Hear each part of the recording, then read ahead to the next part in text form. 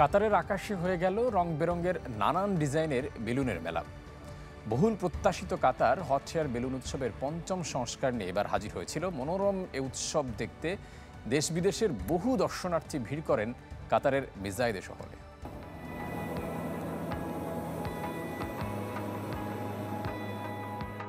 পঞ্চম কাতার hot air balloon উৎসবের শেষ দিনে কাতারের মেসাইদ শহরের আকাশ সেজেছিল নানান রঙের বেলুনে।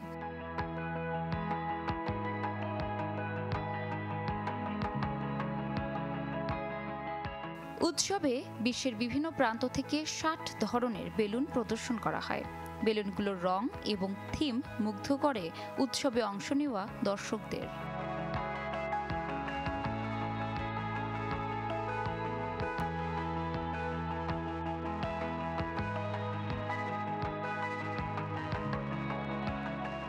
এবছরের উৎসবটি আরও চমকপ্রদ ছিল। বিগত বছরগুলোর থেকে বেড়েছে বেলুনের সংখ্যা, উৎসবের পরিসর।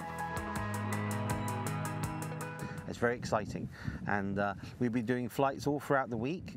এই বেলুন উৎসব আমার জন্য দারুণ রোমাঞ্চের। আজকের বাতাসটা উপভোগ্য ছিল, মানুষেরা বেশ আনন্দ পেয়েছে। বিশ্বকে বেলুন থেকে দেখার এক দারুণ উপায়। সাধারণ বিমান থেকে এর অভিজ্ঞতা বেশ ভিন্ন ও মজার হয়। The flight in the dunes is a very special flight that the pilots like to do.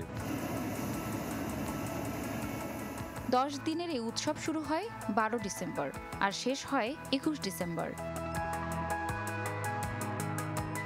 ইফশিতা Zaman, channel 24।